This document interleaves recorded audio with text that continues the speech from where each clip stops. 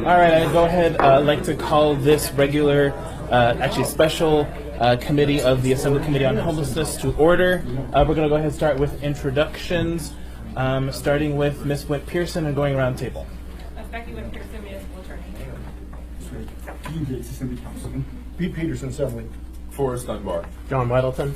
Felix Rivera. Christopher Constant. Suzanne McGrath. Stephanie Rhodes. All right, thank you. Can't hear you. Oh, sure, we'll speak up. Thank you.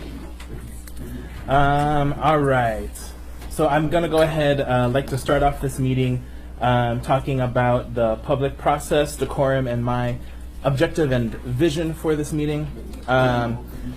I think it is of utmost importance to me that the public process be robust, efficient, and most importantly, responsive. As I've stated to many of you, I apologize that this was not the case at our last meeting on August 15th.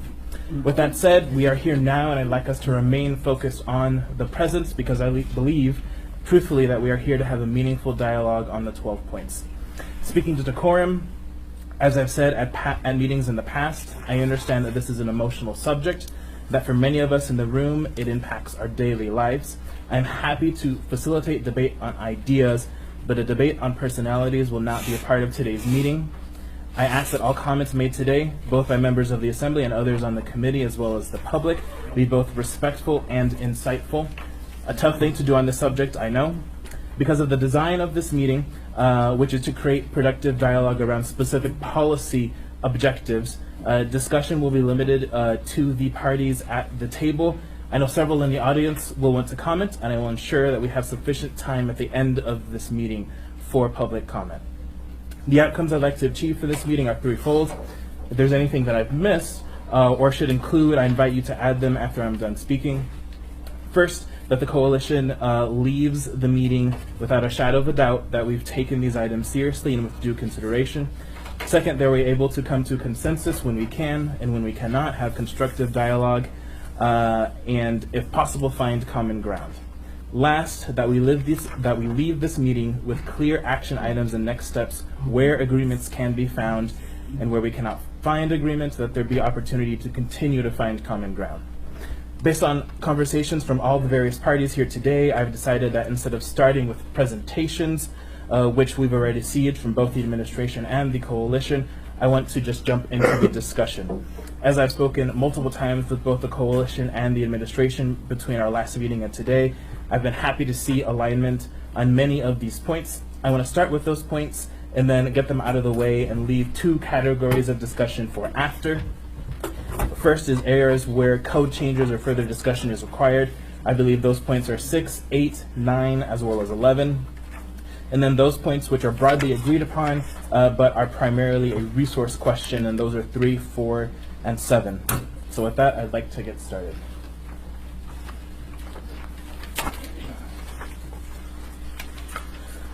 All right, so we'll start with point 1, which was to add a public health and safety component, to the 2018 Strategic Action Plan of the Anchorage Community Plan to End Homelessness and all future such plans. I have with me the draft Strategic Action Plan to Solve Homelessness in Anchorage 2018-2021, and in that plan there is a plank specific to public health and safety. I think one of the questions that the coalition had was surrounding accountability for that specific plank and who would be responsible for that. So I'd like to ask Ms. Burke to specifically address that, as I believe it's my understanding that the municipality is taking the lead on that specific plank. Yes, so there are 3 planks in the draft plan, and the plan is drafted at this point. Jasmine Khan, who is here from the Anchorage Coalition to End Homelessness, and Dr. Monsteiger, who is also here, and myself will be leading up and facilitating the work around those pillars and the resources and people needed to flesh out, as you've notice, the plan is high-level draft, and the work going forward from here will be to provide content and to deepen the strategies in those areas. So the municipality will be over the middle column, the public safety and health portion of it. Is there more that would be helpful? Or? So the one question that I had is, if there's any apparent confusion as to who is taking accountability for the 3 planks, is that in here in this document that these partners are going to be working on this particular plank? It is not, but we can add it. Truly, the coalition representing a larger group of providers will be taking care of, or at least leading the implementation around housing and supports. As Nancy mentioned, the municipality will be taking the lead on public health and safety, and then our Homeless Leadership Council and Dr. Monsoner will be taking the lead on advocacy and funding. So we can put that in writing in the next iteration. I think that would be helpful and provide further transparency to the public of who's taking responsibility for what. Okay, any questions on point 1?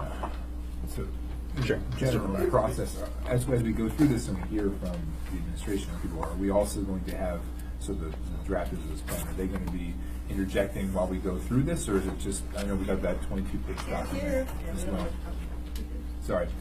I'm wondering, I was asking them a question on process about whether we're going to hear from the drafters of the 12 points as we go through them.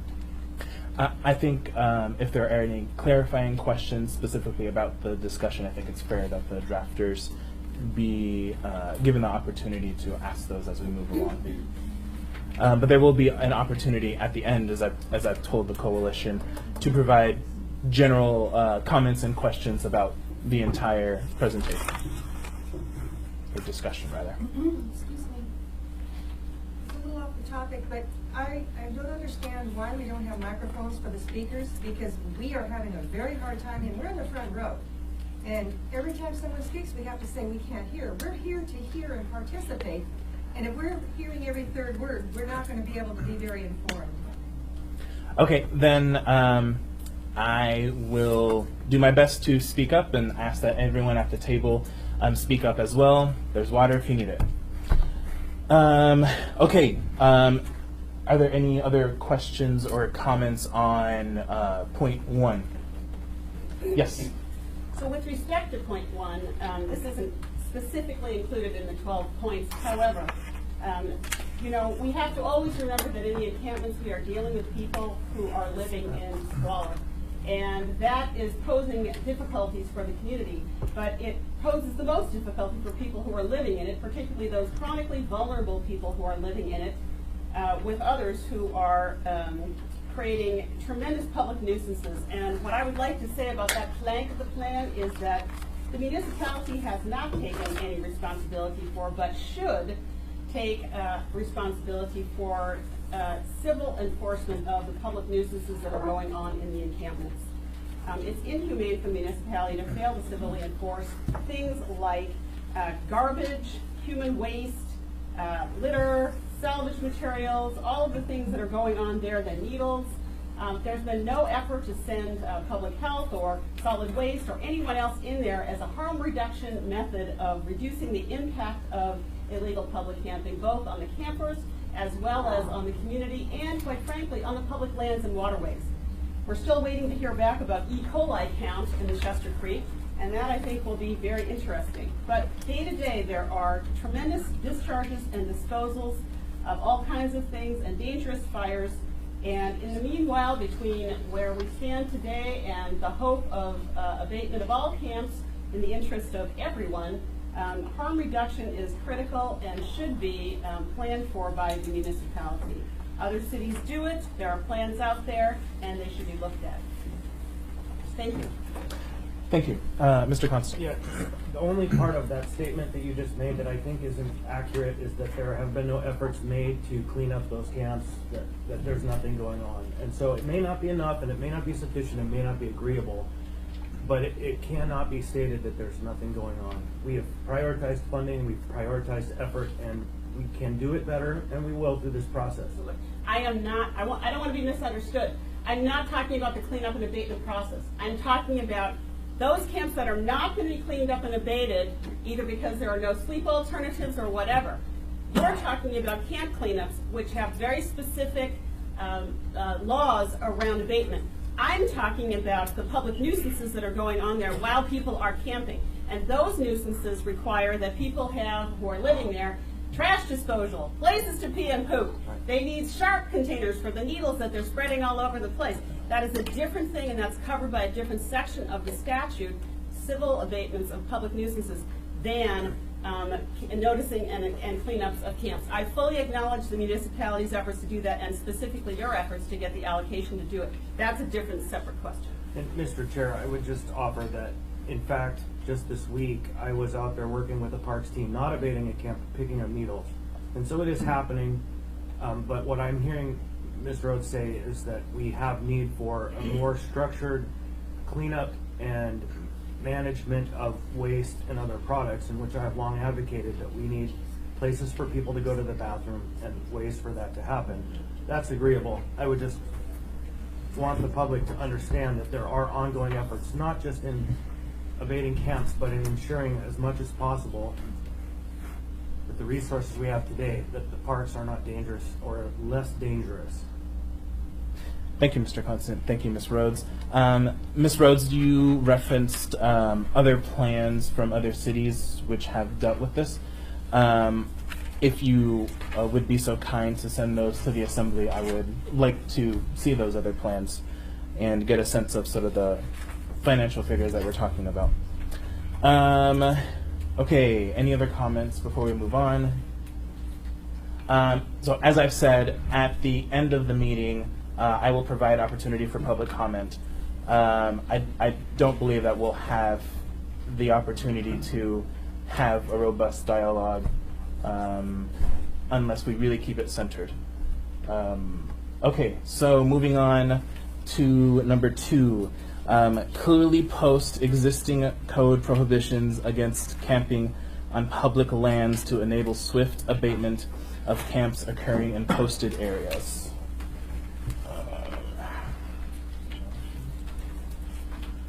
So from my understanding of the administration's response to this, the idea is being considered for high volume or problematic areas. And there was an alternative solution that the administration suggested around quick notice and clearing. And I did have a question to the administration on that. So when you say quick notice and clearing, are you speaking specifically to the 72-hour provision or some other provision? Once the zone abatement process is in place, there are 3 methods that the city can continue to use to address these concerns. The first is the system we've been using with the 10-day notice and the parks and recreation cleaning. The second would be the zone abatement. And then the third, which has always been an option, the 72-hour posting and cleaning will be more useful because there will be storage.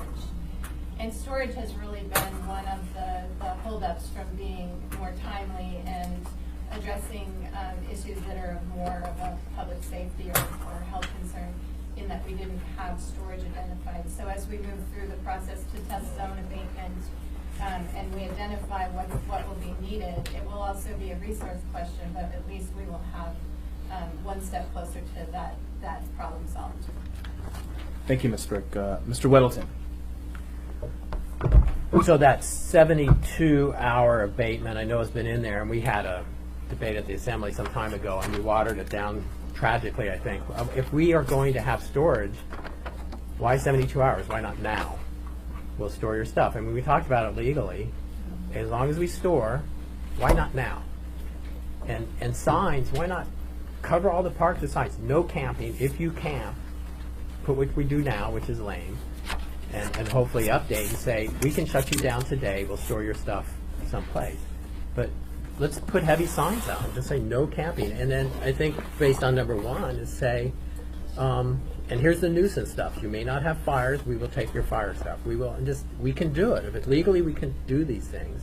Put those signs up. But, you know, we're at war against drugs and alcoholism and this camping. And we need to get serious about it. And I kind of agree. We're very wishy-washy here. We're putting very gentle signs, no camping, for over a couple weeks, and we'll clean up. That is really what we're doing. We're not using the tools we have, and we should. I guess they can hear. Thank you, Mr. Whittleton. Mr. Constant. Mr. Chair, thank you. I don't necessarily disagree. I think we need to get more concise and more direct and more on point with all these efforts that we're putting out, but we cannot simply jump to the end of the process. We have to work through the process. And what I mean by work through the process is we pass an ordinance to create zone-based abatement. We are developing the methodology that allows for storage of goods. We cannot just immediately and instantaneously store everything for everybody. We need to have a process, a method. We need to have a time and a place for people to reclaim their goods, a legal proceeding for us to dispose of their goods, and all of those elements have to be tested. And in order to test them, we have to build them. And so all of these things will take us time. But I'm confident now that the administration has, in fact, identified a location for storage. It's a small-scale location to begin with, that we will have a zone-based abatement within the next 30 days, and we will test how it's going to work. Once we've tested it, then we can benchmark, was it successful? How was it successful? Did it work or not? How did it fail? And then once we have that information, we can expand the methodology to become more responsive. And so while I agree with the spirit and maybe even the goal, we're not quite there yet. We have to build the system. Can I respond to that? Go ahead, Mr. Whittleton. Brief response. That all makes perfect sense, and I've watched for 2.5 years now, and it's been very casual and methodical and step by step. We're at war. We need to do it. There are empty warehouses in this town. There are lots of trash bins that are being converted to bear cans. So I'm sure Alaska Waste has a bunch, and it's just not that hard to fill a bin with their trash, bring it to some warehouse. I mean, to methodically go through this and test, pretty simple. It's happening now. Sure. Ms. LaFrance and then Ms. Rhodes. Thank you, Mr. Chair. Ms. Burke, would you be able to speak more as to the timeline of the storage and where we are specifically with the steps? I mean, when you think we'll be in a place where we can do the 3-day abatement? Will it be this summer or this season? We're testing it this summer, yes. Okay. But we're planning, if everything goes well and we don't have any challenges to it, that it'll be in implementation next year. And I would like to just say that in order to do it, there is the legal process has to be developed. We are looking at other communities, the checklist for taking property and accounting for it, a process for it to be cataloged. It is more than just placing items in a bin. You have to be able to identify which bin goes with which camp location. You need pictures of those locations so that you can match the materials with where the items were stored. You need a person who can respond if someone calls and wants their belongings, and then they have to meet at the location and allow the person to gather their belongings. And so it seems simple. It is a simple idea, but there are a lot of steps that need to be developed, and they need to be done properly. And so that's the work that's being done now. All right. Thank you, Ms. Burke. Thank you, Ms. LaFrance. Ms. Rhodes. So I guess I wanted to clarify point 2, because I think you're talking about storage, which is really great, and it's obviously a linchpin to every single thing that you want to do here, but that actually wasn't the point of point 2. Point 2 has to do with posting public land with specific signs that say no camping, no trespassing, not open to public or closed hours. And the reason why we suggested this is because I don't know if you received the documents last night that we submitted to the assembly, but there are special procedures for elimination of camps.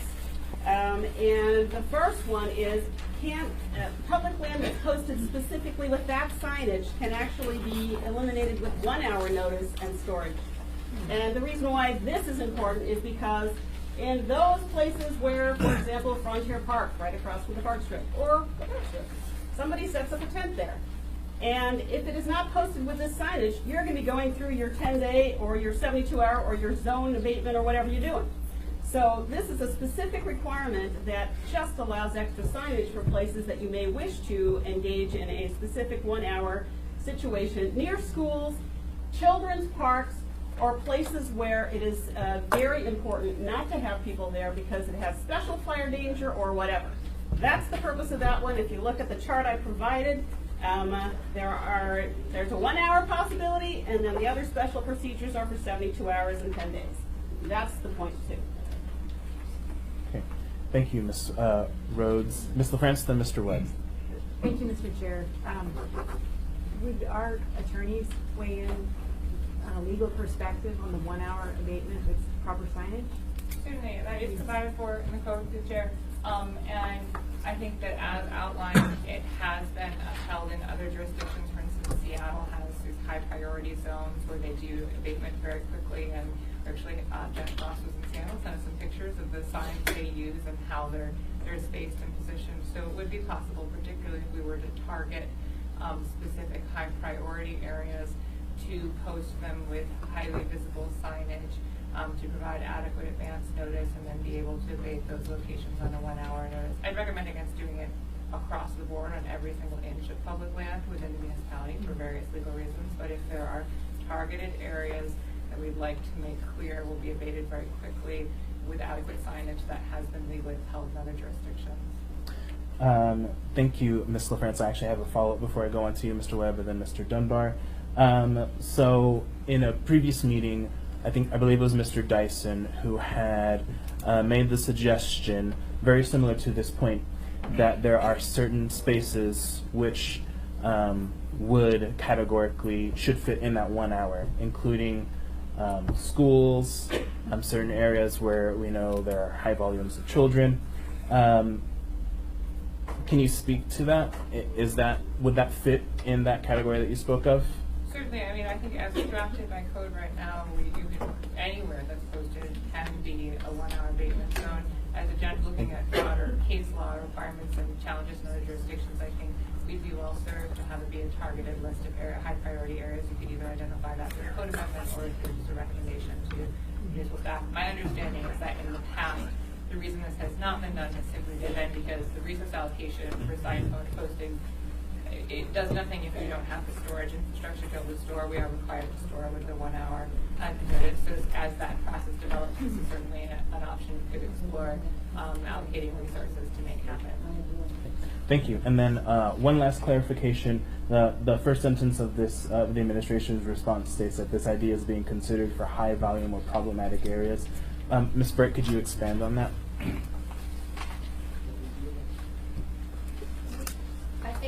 And I don't want to go back to we believe that the zone abatement process will address similar concerns that this is addressing. We believe that, the signage, it is a question. New signage may capture people's attention, and I think it's a worthwhile idea. We're not presently costing out the signs. We would want to work with the people who make the signs in the community. My first question is, that all of the schools, it would be good to know what the impact of the cost would be on that. Thank you, Ms. Britt. Mr. Webb. Yeah, really, this is simply a tool that can be employed for purposes of making more immediate response available. Everything is based on the capability of responding. We cannot hear. I'm sorry. All of these actions are based on the capacity to act. This is a tool that already exists in municipal code. It's employed effectively in other communities. It requires simply a will to employ it, perhaps a few dollars to develop and post the signs, and then the ability and willingness to act.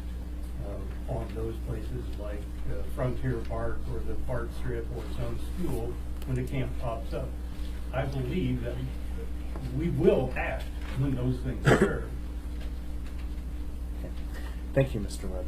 Mr. Dunbar. Just a quick clarifying question for legal about this.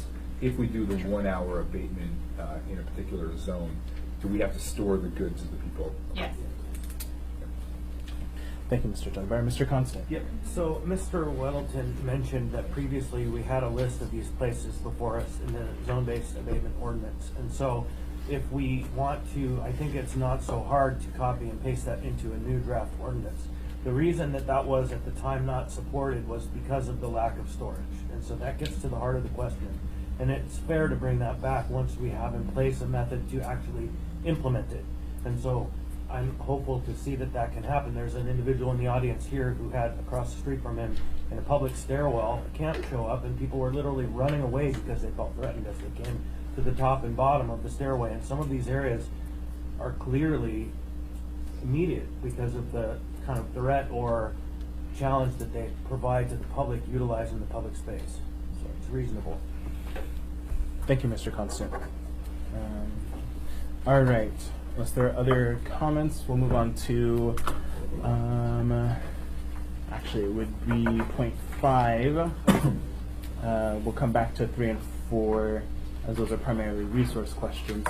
So point 5 was to amend municipal code to allow more efficient zone notices in areas of illegal camps concentrations rather than requiring individual notices on each camp/tent. And this is something that, thanks to the leadership of the administration and Mr. Constant, we've been able to achieve. I'm just going through, and just to keep the public aware, I am expecting, as Ms. Burke and Mr. Constant have stated, we're going through testing of this, and I'm expecting in the October committee meeting that we will have a report on how that test has done. So we'll really be able to scrutinize this and get a sense of how effective of a tool this is. Any questions on point 3? Point 5. Excuse me, 5. Yeah. All right. Thank you. You know, I would just, if I might, Mr. Chair, add that the reason we picked the October meeting is because the public review draft of the plan for homelessness is out and the public process is happening, and so the September meeting will be used to have our briefing on the plan. And so we'll get our briefing on that plan in September, and then we'll come to this question in October. Thank you, Mr. Constant. All right, so then we'll move on to point 10, which is to develop an economical and efficient means of storing personal property of campers, such as providing 64-gallon roll-off carts to hold property, so camps can be abated and cleaned up without delay using the 72-hour notice process allowed in municipal code. And as has been stated in this meeting already, this is a process that is being tested, and we are already in the middle of looking at ways to expand it if everything goes according to plan. Do you have anything further to add on that, Ms. Burke? Any questions on this one? Sure. A clarifying question, and that is, if I understood it correctly, Ms. Burke indicated that we expected to have this in place by next summer. And it's season, I guess I should say. If I might, Mr. Sure, Chair. Mr. Constant. Yeah, so the rationale is we will test it a number of times this season on specific locations to see how it's working and how it coordinates with the storage, and just test all of these systems so that in the new year we will have a robust, fully implemented system. So it's not that we will do it once and that will be it. It will be that for the remainder of this summer we will test it, and then next year we will have it fully implemented. Thank you, Mr. Constant. Mr. Webb. One follow-up question to that. The what's implied, but unstated, when you describe what we're doing this season and what we'll do next season, is that we will do nothing over the winter. Is that correct? if I might, Mr. Chair, Sure. I would suggest that that is a reasonable assessment to draw. There will be ongoing abatements, but practically speaking, I think we've seen over the years that they're harder to find the camps. I don't know. So that's just my appraisal, but I think a reasonable person would draw that conclusion. Mr. Peterson. Thank you, Mr. Chair. And logistically, if we are going to put new signage up in locations, we need to get that up before we get heavy frost, because otherwise it becomes cost prohibitive to go out there and melt the ground so we can put a sign in. So it might be next year before we can get all those posted. Thank you, Mr. Peterson. Mr. Chair, just one quick follow-up on that, and that is that through the winter, I would presume and hope that the community drives us to continue implementing the abatements and doing it as further testing of the system. And one thing that I've asked the chair for, and we've talked about, is in maybe February. In maybe February, we host essentially a conference around the idea of what's coming, how are we all going to be part of this emerging process. And so that would be with the public, all these individual groups. And so testing until the time when it's ready to go everywhere. Thank you, Mr. Constant. Ms. Rhodes. I guess I'm just wondering why the community has to urge the city to abate camps in the winter. How did it get to be our responsibility and to take responsibility? Just a comment. Thank you. Thank you, Ms. Rhodes. All right. The next point to discuss is point 12. And that is to establish a comprehensive plan for removing low brush, particularly invasive species, along our trail system to create a more open understory with better sight lines, making our green spaces less inviting and encampments harder to hide. And the administration's response is that this is an item is recommended for a Parks and Recreation lead, with the consideration that any brush clearing that may move camps into sensitive areas, such as schoolyards, should be undertaken thoughtfully. And actually, since we have Mr. Rada here, I'd love to invite him to speak on the current process, because I know this is something that is being done already in tandem with the community. Thank you. We've already engaged with several community groups on some clearing programs. It's not just in some of the green belts we get requests. We're currently working our way towards Culinary Park. We have a weekend lead that has crew assigned to them. So we had an invasive species work group, a fellow named Hans Thompson. We did one down in Valley of the Moon. We worked with Rogers Park Community Council over in that area. We also assigned people as they started on the progression from Valley of the Moon moving east. As time and resources allowed, we continued behind those to try to do some additional clearing. But I can tell you we get requests across the board constantly to take care of this problem area or that problem area. So a comprehensive plan will take more thought. I would engage hopefully with a lot of volunteer resources to make a significant impact. And at that point, I think we could probably come up with a way. And I do fully agree, because we recognize that the density of the road along the corridors is problematic, but we're trying to work our way through that. Thank you, Mr. Rada. Mr. Dunbar. Thank you. John, I have a follow-up question for you. So this morning I happened to meet with Josh Durand, the Parks Foundation. We were talking about this issue exactly.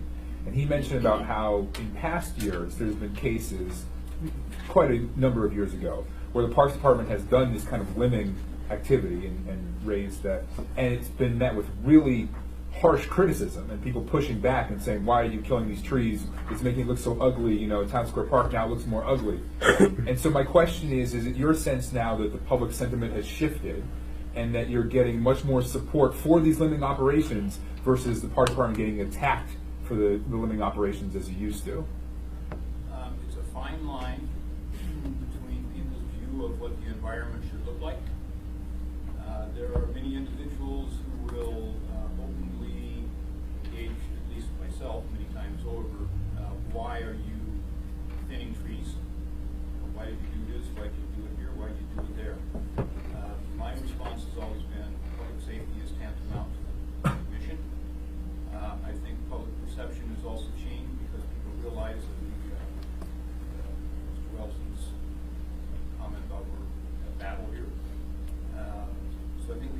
accepting. I think they also realize if that doesn't happen, it just makes the process harder.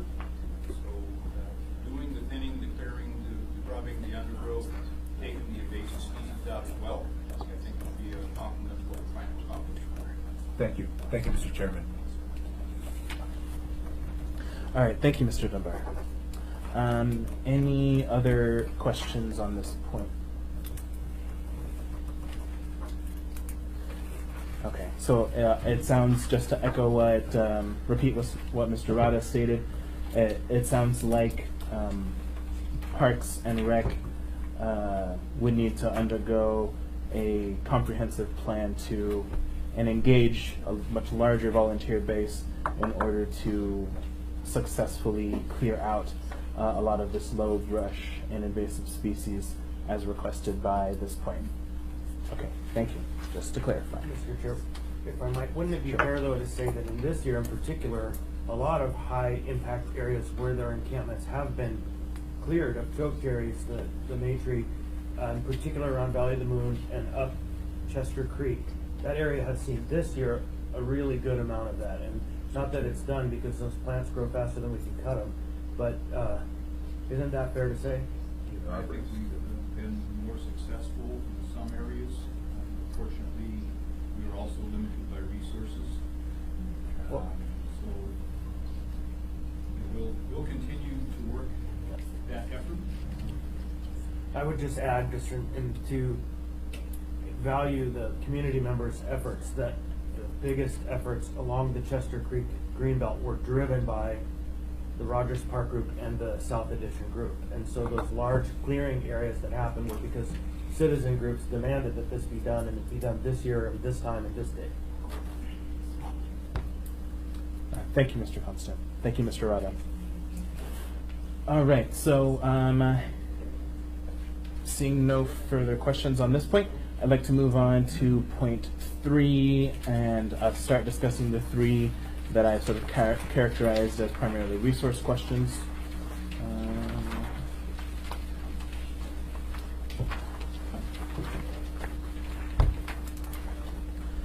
So point 3 is to hire or assign a Parks and Rec Code enforcement officer to continuously monitor public spaces to identify illegal camps. And the administration, their response to this is that this will be discussed as we prepare the 2019 budget process, and that we will work to determine if this idea is where funding should be prioritized, or whether a more swift cleaning process would achieve essentially the same effect.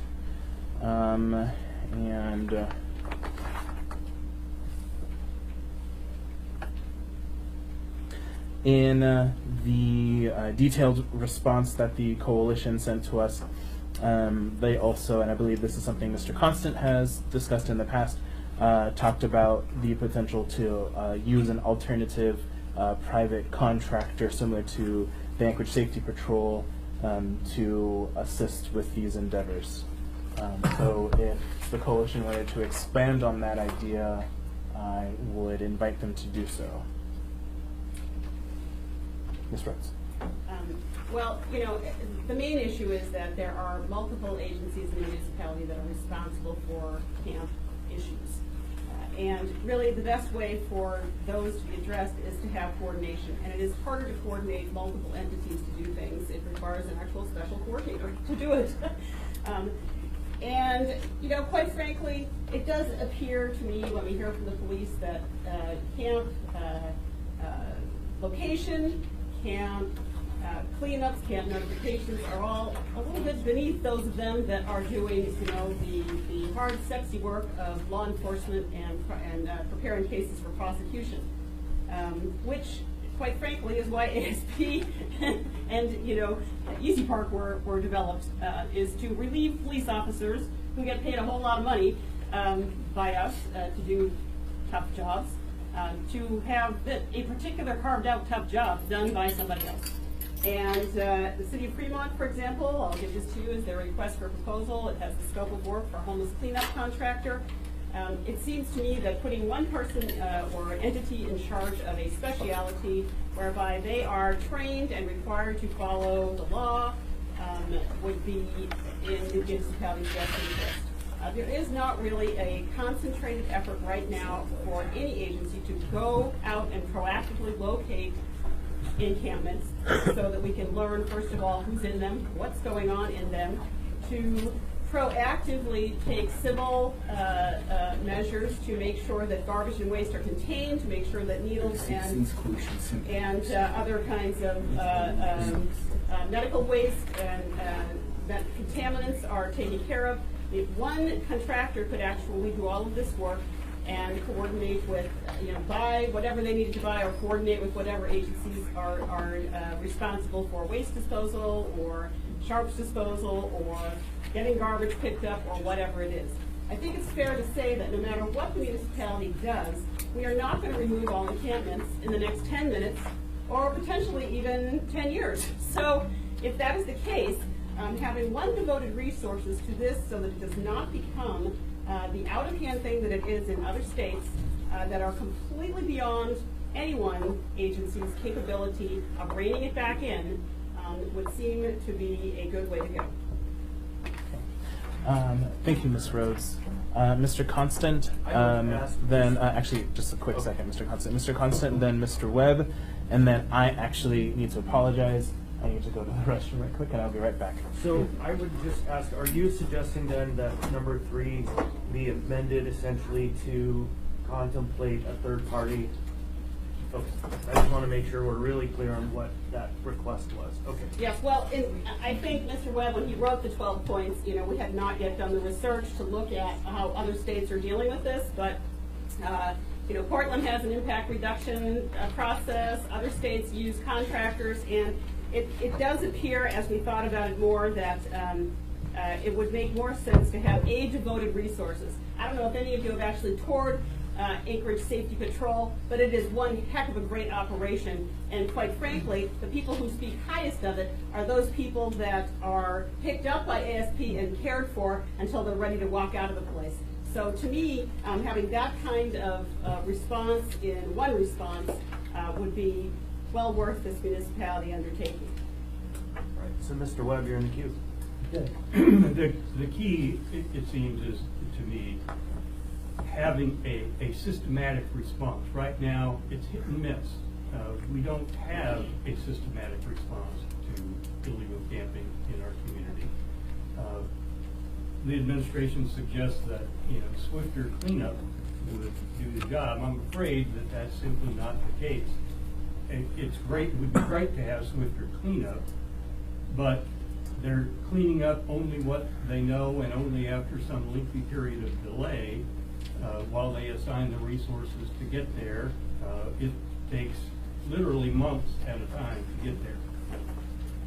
What we need is, as described, a system in place to constantly, continuously monitor for illegal camps, to immediately host those camps and engage with the campers to learn what their needs are and to make a warm handoff, if possible, to the resources they require in order to not be camping in our community.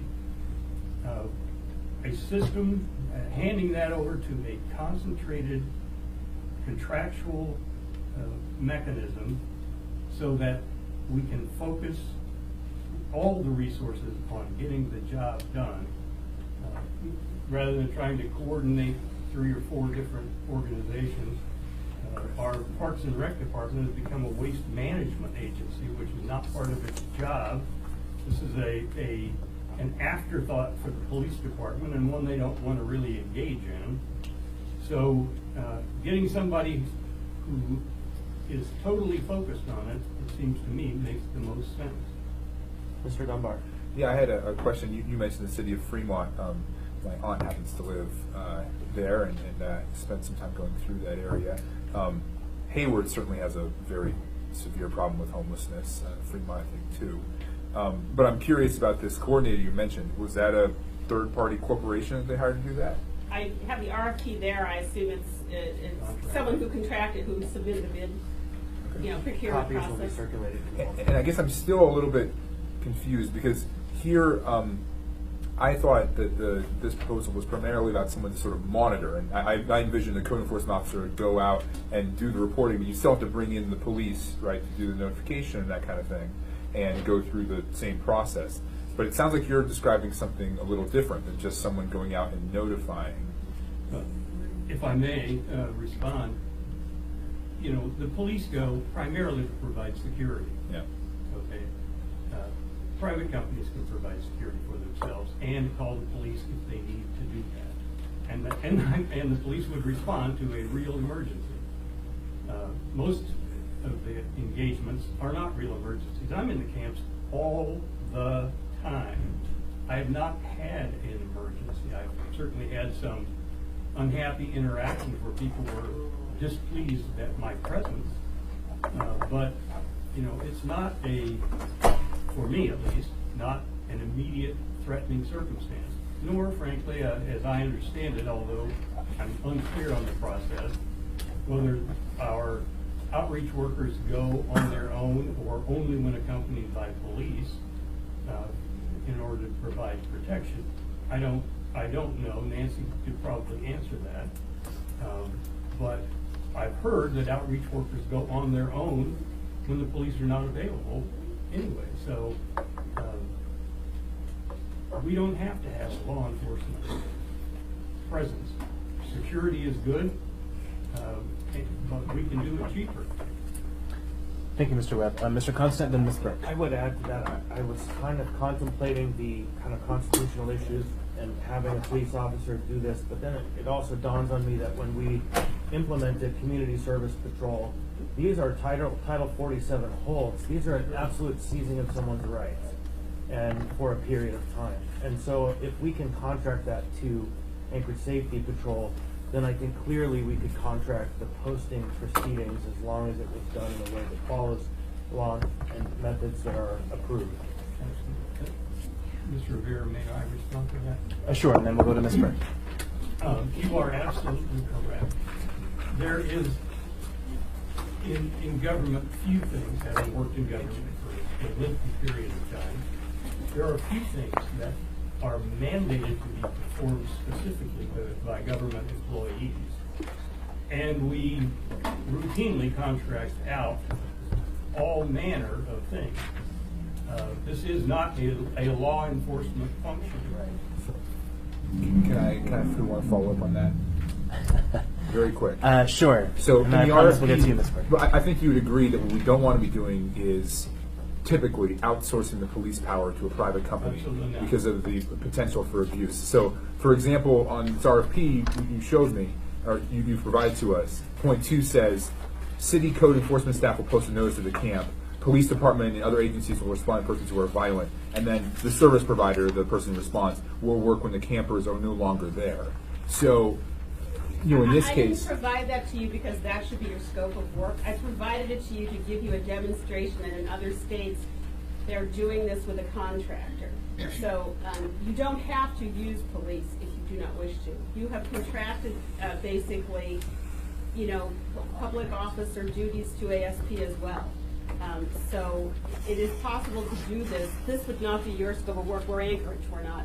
I don't want to defend that particular scope of work. Okay. Thank you. Thank you, Mr. Dunbar. Thank you, Ms. Rhodes. Mr. Burke, and then I'm sorry, Ms. Burke. Maybe Becky would like to weigh in if that would be okay first, and then we'll. Sure. My only minor point would be if we wanted to pursue this option, I believe we would need to pursue it via code change, the delegation of authority to the parking authority. It's very specific, I believe, that's financial report charge change. The language of Title 15 right now states that a municipal official will accomplish an abatement action, and they may do so with the assistance of a contractor, but the liability and responsibility of the abatement action is on the municipal official. We also abate camps generally under the broader authority of Title 8. They're abated as they're deemed eligible for abatement under 15 because they're a violation of 8, which is their criminal statute. And so the way it all hangs together right now, I think we would need to make some tweaks to be able to delegate that responsibility to someone other than APD. I don't think it's legally impossible, but I don't think we could do it tomorrow without a revisitation of the code. Thank you, Ms. Wint-Pearson. Before I go on to you, Ms. Burke, just want to state for the record that Mr. Trainee arrived at this meeting about 10 minutes ago. I will add you onto the queue, Mr. Trainee. Ms. Burke, do you have anything else to add? I just would like to clarify that we've been working on this system for a couple of years, and we have the bones, and I think the bones of what we have largely match with what's being described. The CAT team is performing the notification. The social service coordinator and the clinical team, there's exactly 2 of them. When we started in 2016 with this process, all of the outreach and resources in the community, I think except one position, had closed due to budget crises at the state level. And we've built that back. In fact, there was a meeting of 11 different social service agencies that our 2 people are linking to now so that we can be more effective with what's already in the system. There are a total of 4 CAP officers who are assigned to this process. And it's not, I don't think anyone disagrees that the process is not thorough enough, it's not responsive enough, but I want to say that there is a process and that it is far more functional than it was 2 years ago, and we are being very successful with people. We've noted over 150 contacts with people out in the camps from January to current time, and that we are making, I think that the path is clear for us to talk about how we can go forward together and enhance it. Thank you, Ms. Burke. Mr. Constant, then Mr. Trainee. Thanks. Nancy, I think that's a really great point, that all of these elements that are coming together, should they prove functional, can be adjusted into a better system as we go. To Ms. Wint-Pearson, I think that what you said under the title, it was that a municipal official may do this. So that doesn't actually require APD, I think, in my read. And in fact, if you go back to the point that we're discussing here, number 3, a parks enforcement person could in fact be that individual, I would think, right? And so, or a code enforcement officer of some kind, someone who has a sworn. So it seems to me, though there may be some changes required, that it isn't necessarily having to default to APD. The APD's function is often best reserved for dealing with criminal and dangerous people, and not as kind of a sweeping entity. And so maybe we find, as we just heard, the system works great, and we can do it better by reserving the police power for the police and other powers for these jobs. Well, and also legally, it's not just trespass that defines illegal camping. It's camping in violation of activities prohibited in parks laws. So, in fact, the municipality doesn't wish to move toward criminalization anyway. So, it would be that second harm. Thank you, Mr. Constant. Mr. Trainee, and then I'll go back to you, Ms. Wint-Pearson. Ian, could you work with Becky, the city attorney, to figure out what we can and can't do based on city law? We've heard a lot of good information, but you guys are the experts on city law and the city charter. So if you take a look at it, let us know what our options are. I would appreciate that. As long as the city charter allows the mayor to designate people's peace officers, see if some way we can craft that into this too. I appreciate it. Certainly. Thank you. Thank you, Mr. Chairman. Thank you, Mr. Trainee. Ms. Wint-Pearson, do you have anything else? But I mean, my only point was I think that we need to take a look at the code before we try to do it tomorrow. I think there are a few pieces that might, depending on what we want to do, and there are some practicalities, like I believe we have the APD officers on the site to search for outstanding warrants, which is not something that can be done by someone who's not, and does not have access to their warrant system. So it's just not, I think it could be accomplished. We just need to figure out how to move the pieces to make it something that could be done. Thank you, Ms. Wint-Pearson. Are we, just before we move off this point? Sure. One last note, as Mr. Rivera stated in these next couple, these are the ones that are fiscal constraint issues. And so what I challenge the members of the community who have concerns that this addresses is that you find a way to organize and advocate through the budget process that's upcoming to communicate clearly what the priorities are for funding under the parks budget, because people might feel put aside that they're asked to advocate, but there's one pie, and there are a lot of people trying to set up priorities under that pie. So the more we hear from the public on these matters of fiscal constraint, the better likelihood we will find the funding to do the job. Thank you, Mr. Constant. Mr. Whittleton, then Mr. Webb. Well, there's something to be said for that, but do we have the cost of doing this? I mean, what is your expected cost of picking up some stuff and throwing it in a trash can and storing it in a warehouse? I mean, we need to see the costs associated with these things because budget is coming, and I think first all from the assembly, we need to make those decisions. What will we cut? I am totally willing right now to cut every single flower in this town, and my mom will never call me up again when I do that, but absolutely, those go, and we need to fund these things, and we need to do it right away. But we need to see those numbers. I'm ready to go. I mean, it's out of control. All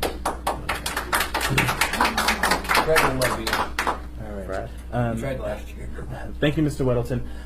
Last comment from Mr. Webb, and then we do have to move on.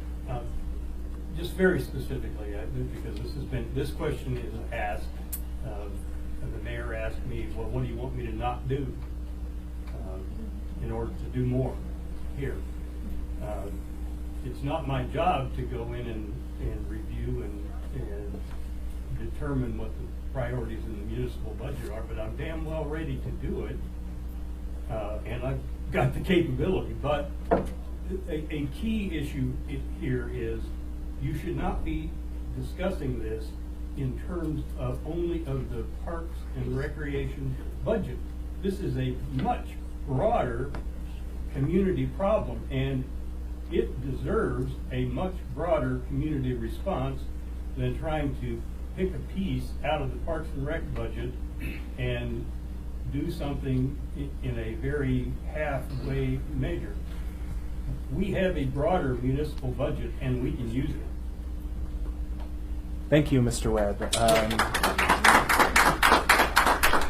I think perhaps I was misheard. I didn't say tell us what we should cut to get to this. What I said is when we are sitting in the room and there is a $500 million budget being discussed and two people show up and they talk about their priority, it's amazing how their priorities get fit in the budget. And so my suggestion in the budget process is be there.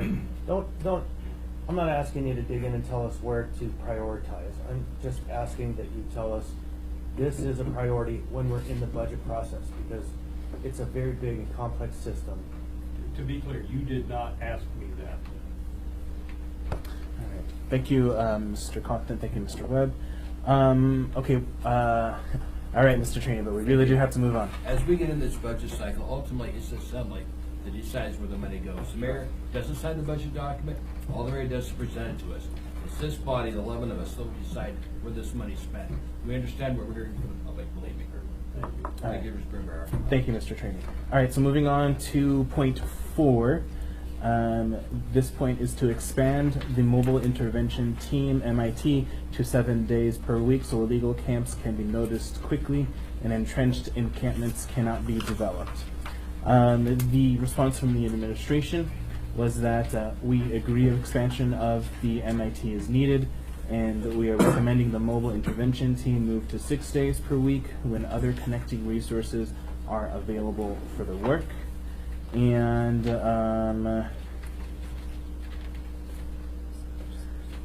so this is a Ms. Burke, a proposal that we will see in the next budget cycle.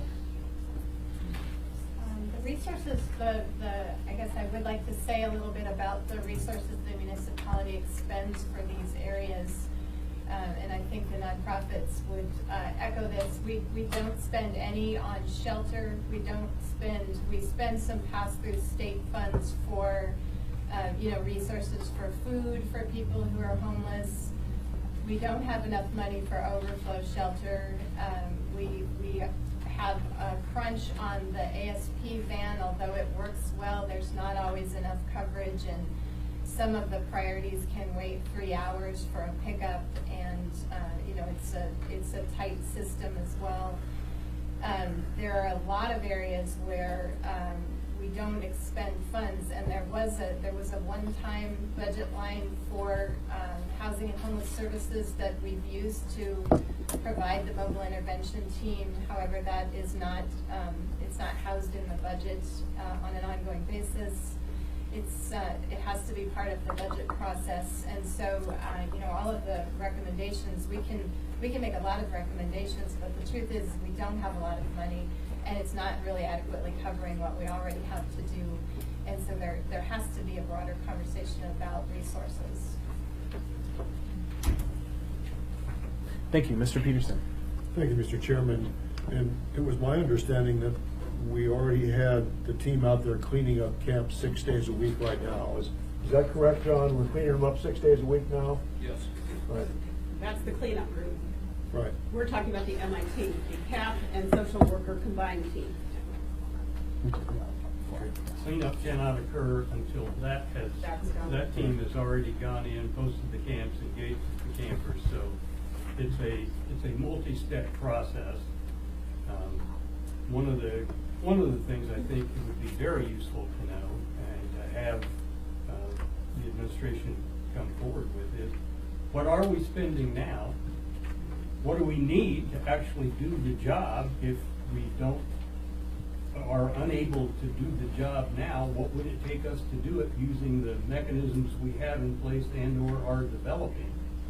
And then try to compare that with what it would cost us to do by the private sector.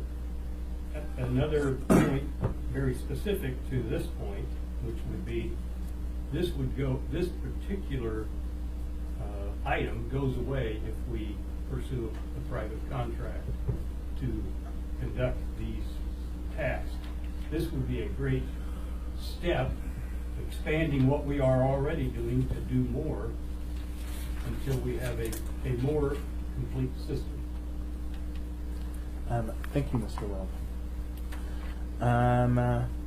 Any questions on this particular point? Just opine that this is one of my highest priorities for this year's budget cycle, because I think the mobile intervention team has proven one of the most effective tools that we have for breaking the cycle, and which is what we ultimately want to do, is get people out of this environment. And so I personally will be working hard to ensure that we get a good number and we find a way to get people out there who can actually help people find housing and find supports, because that to me is a critical piece.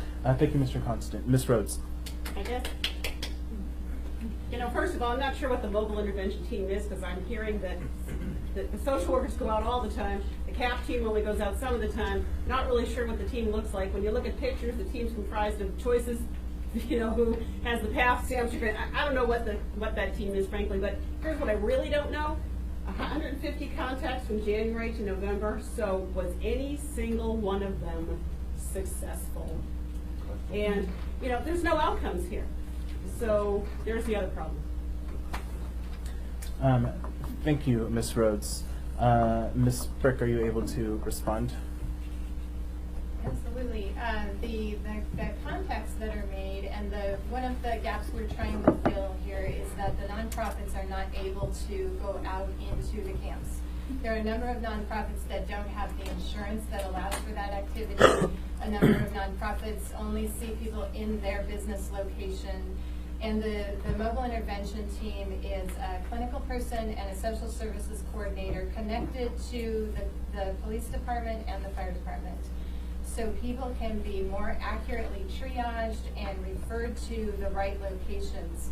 And I guess the outcome that you would be looking for from an upfront kind of engagement like that is that you would see people getting handed off to those resources where they can have ongoing assistance and then out to housing. It is correct that we don't have the ability to have all of the different nonprofits report that information into us. We're beginning to get more of that information into our HMIS system. However, even that is still on its way into a more robust state.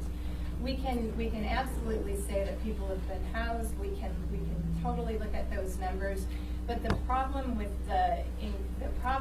people getting to housing or getting out of camps or doing behaviors that we don't like is that if we don't have anyone who can go into those settings with their service delivery, then we will absolutely not make any difference. So this team is really designed to be the connective tissue that the community needs due to other constraints with state funding or services. Thank you, Ms. Burke. So I will get to you in a second, Mr. Webb. I want to echo Mr. Constant in saying that this team has done tremendous work, particularly in the Beans Cafe Brother Francis Shelter Complex. And I would like to get the data if we are going to actually look at this as a budget proposal in the next budget cycle. I think it would be important for the Assembly to get the data to know how efficient this particular team has been before we make those considerations. Mr. Webb. Just a couple of things, because Nancy and I both mentioned it, and that is the need for a warm handoff. If our MIT is going out and engaging, it's great, and they're making referrals both down to the shelter to get signed up for the list for public housing. The question I have is, many of those folks are not going to go on their own. Are we getting them there? Do we have a mechanism to make sure they get to the service that they need? In order to get on the list, well, there's a couple of avenues. That sign up is something that's still getting worked out, how we get to coordinated entry. However, the outreach worker, and it is comprised of multiple agencies because that's the most efficient use of everybody's resources. So, for instance, yesterday there was a social worker or an outreach worker from a nonprofit that had the housing application with them, so that they can fill it out right there in that setting and not referring someone over to another location. So that is the goal, is to have the mobile intervention team. The problem, you meet someone in the camp and they may have one of maybe 6 different conditions. You can't have all 6 of those people with you at that time, but they make the connection. They help the person get to that agency or to that location. We don't have transportation dollars, so it's not like we pick them up and help them get there then. But the mobile intervention person is that liaison. She calls the agency. Yesterday when we were out, she called the state guardian. She made sure that the appointment that the camp person thought they had was real, that they knew when to go, they knew how to get there, they knew the bus route. She made that connection tighter. It would be better if we had resources that she could go back and try to help actually get that person on a bus or right there, but we don't have that at this time. But she is the one who's actively working all of those connections to ensure that they happen. Mr. Rivera, if I could just continue. Sure, Mr. Webb, then Mr. Peterson. The biggest issue that we have, the biggest issue that we have in part is we have no metrics for how we deal with illegal encampments. We don't know how many we have. We don't know how many we've cleared. We don't know how many we've posted. We don't know how many campers we've connected to services. We don't know the outcomes of those connections. There are no metrics. So no matter how much money the Assembly may wish to put forward to address this problem, with lacking metrics, we won't know. We don't know now what we're actually spending to address the problem across the various departments, and we don't know what the result is. That's a problem that has to get fixed. Thank you, Mr. Webb. Just want to respond. I think point 11 gets a bit to the heart of that, and I think I'll talk about how we want to run the rest of this meeting, the 15 minutes that we have left, after Mr. Peterson. Thank you, Mr. Chairman. I was wondering, do we have the social service agencies working with individuals that are at the sleep-off center? Is that being done now? All right, thank you. All right. Thank you, Mr. Peterson. Okay, so we have approximately 15 minutes left in this meeting. We have 1 point left in what I sort of deemed the primarily resource question points, and then we have 4 points which I think really get to the heart of a lot of the issues and concerns that we have heard from the community regarding personal property, dealing with fire, and dealing with data and transparency. I did make a commitment to allow the public to comment in this meeting, and I want to keep that commitment. It seems to me that a future meeting, I think, is in place, and I understand that you two are traveling in September. for the whole month. So I would like then to convene a second meeting to tackle all the rest of these points in October. Is that something that we are able to do? Mr. Chairman, when you say convene, you have a homeless committee meeting Well, scheduled for October. Would it be another we- special meeting, or? I think we would probably, as we've seen today, discussion of several of these points have already taken an hour and a half, and we already have some agenda items for the October meeting. We may need a special meeting. I'll do something I never do, which is speak for my wife. Brave man. We would be happy to continue to engage at a future date. We are regretful, frankly, that we're going to be gone in September, but that's a long planned and expensive endeavor, and we can't back out of it, so. Thank you. Well, before I turn it over to the public, I just want to state my appreciation for the dialogue. Even when we have perhaps not seen eye to eye on some specific points, we've been able to have the discussion, which I think is a step forward in the right direction. If I may, Mr. Chairman, I would like to thank you for making this meeting possible, and for the conduct of the meeting, and for allowing our input into it. We and the citizens that we represent, on whose behalf we are here, are enormously appreciative of the opportunity to have a substantive discussion of these issues. So thank you very much. Thank you. Thank you both. All right. So I'm going to go ahead and turn it over to public comment.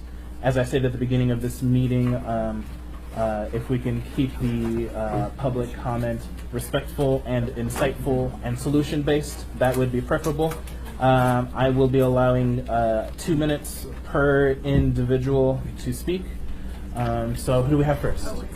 Yes, ma'am, in the back. Yeah. My name is Neil White, and I don't live in Garden Park, and I don't live in Valley View or South Addition. I live in the Little Pocket neighborhood between 8th Street and Seward Highway, and we have a large chunk of woods below our houses. And a couple of the comments that Mr. Constant, you made of something in regards to, I kind of felt like you kind of implied that we don't have this homeless problem in the winter. And in our area, those homeless camps, they don't go anywhere. They stay there year-round, and they're a problem. And living in our little neighborhood, we have to buy locking mailboxes, have to put up cameras. You can't leave anything in front of your home. Just on the way here, there was 2 homeless people in front of these folks' house over here. When I was leaving, I almost didn't come to the meeting so I could police my own neighborhood. APD has been great. The fire department's been great. They come every single time you call them about the fires in the woods. But we had one camp that we called about in April. It was finally dealt with the end of July. And after the 5th time that camp caught on fire, I was sitting in my own home, and I thought, maybe I should just let it burn down and see what happens. But then I worry about my neighbors who live on that side of the street that butt up to the woods. And what is really sad to me is that chunk of land, my grandfather owned that whole entire chunk of land and sold it to the city. And if he was alive today and he could have went back and never sold it to the city, we'd probably have a solution.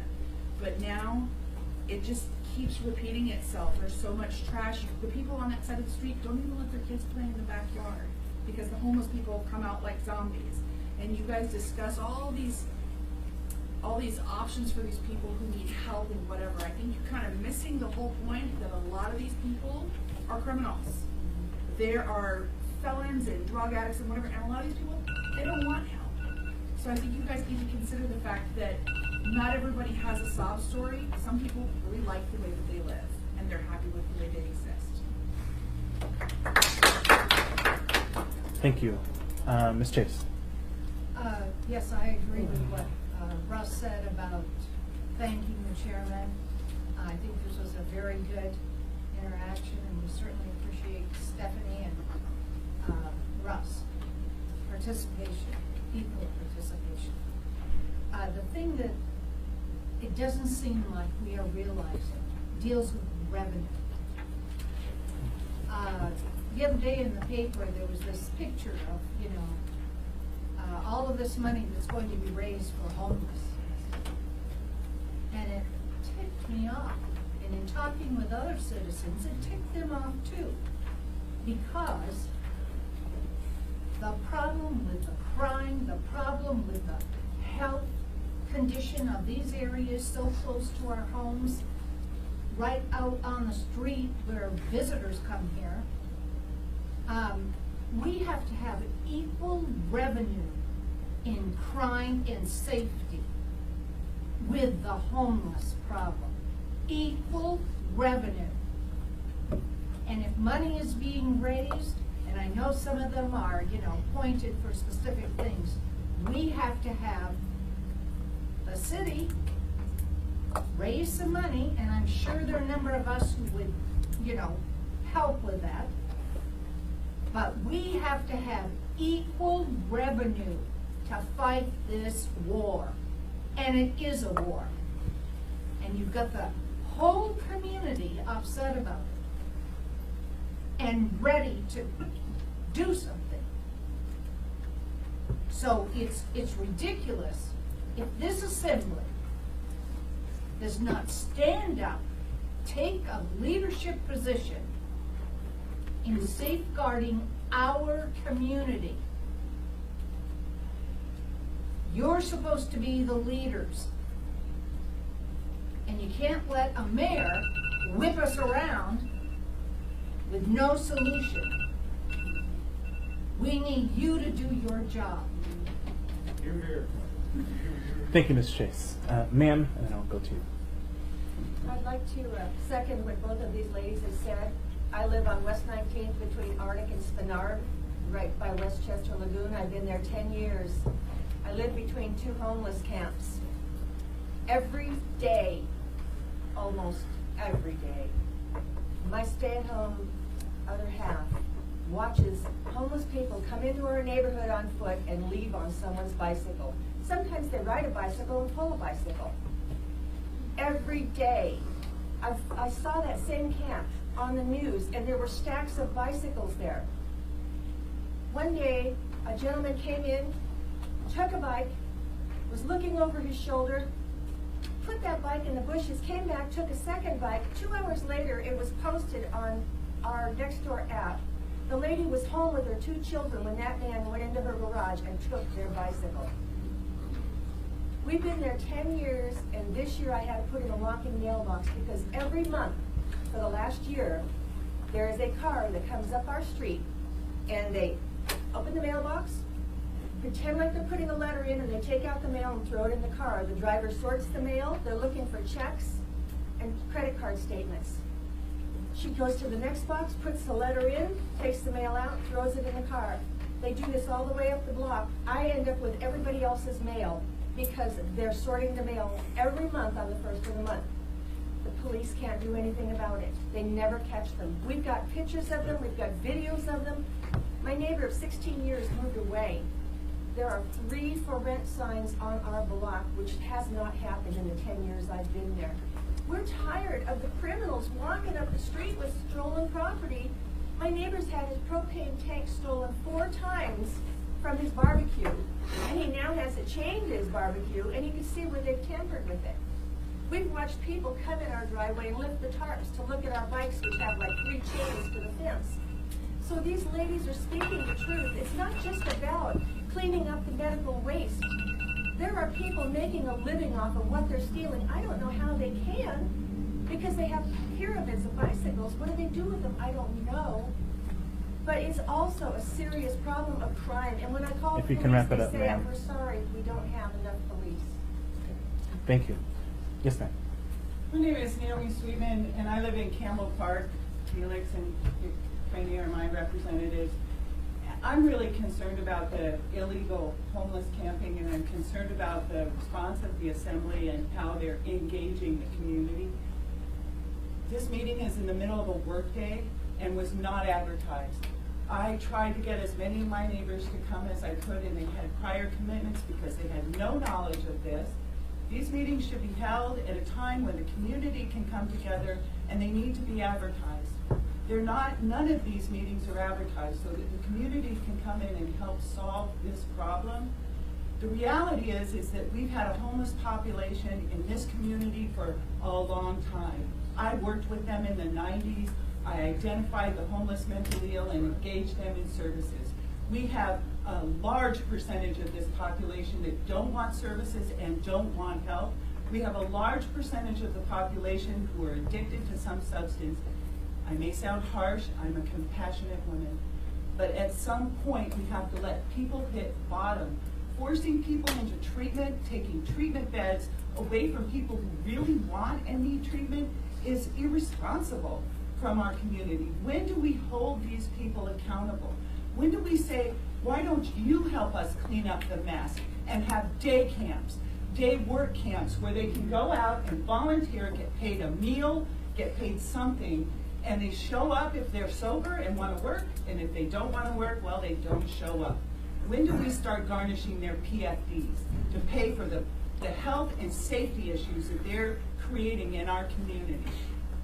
I'm asking and imploring the Assembly, when you schedule the next meeting, do it on a weekend or an evening when the members of the community can come, where there's enough room for people to come in and make comment with microphones like at the Assembly Hall and advertise. Send a letter to every community member in Anchorage that you're having this meeting. Thank you.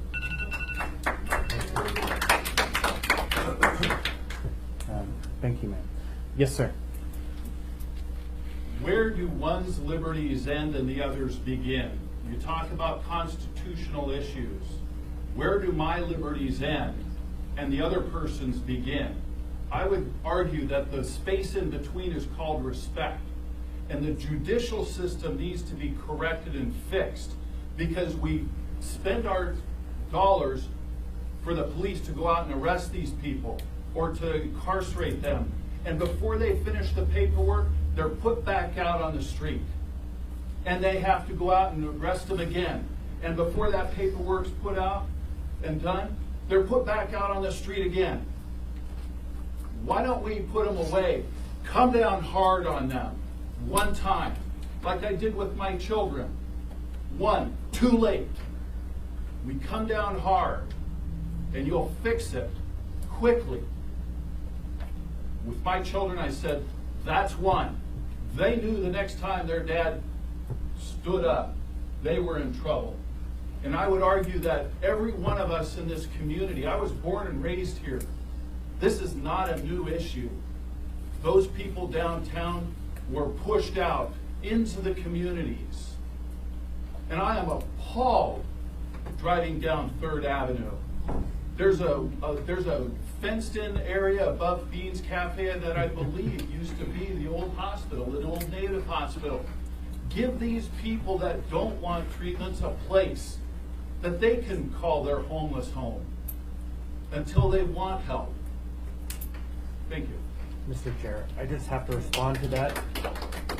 If you intend to see a place established for a public open homeless camp, please ask for it to be in your neighborhood. I'll take one if it's monitored heavily. It's already in my neighborhood. It's not monitored, right. Thank you. So last comment, ma'am, and then if there are other folks who still have comments, I know I will be here, and perhaps other Assembly members will be here if you want to come forward. I just had a quick question as to follow up. I've been on the Budget Commission for many years, and one of the issues that kept coming up today was that you claim you don't have a place to store their belongings. But I think that everyone is aware that during the Sullivan administration, that same issue came up, and the taxpayers had to come up with $500,000 to get storage and deal with that issue. So I don't think that that's fair using that as an excuse, and I kept hearing a lot of this meeting was being held up by that issue, and it's been solved before. So where is that standing right now? Why can't you go with what the program, came up long ago where ACLU said, nope, hold your horses, you're gonna have to label their belongings, you have to store their belongings. We dealt with it, and now all of a sudden you don't have it. So it's been done before. So it's kind of too bad that it keeps being used as an excuse. Thank you, ma'am. Ms. Burke, did you want to clarify anything on that? The Sullivan administration looked into a storage area in a couple of different locations around town, but it was never enacted. We've never had storage in at least the years I've been working in this. Just because Okay. it's nothing by doesn't mean so. All right. Thank you. Like I said, I need to end this meeting, but if you still have questions or comments, some of us will be available.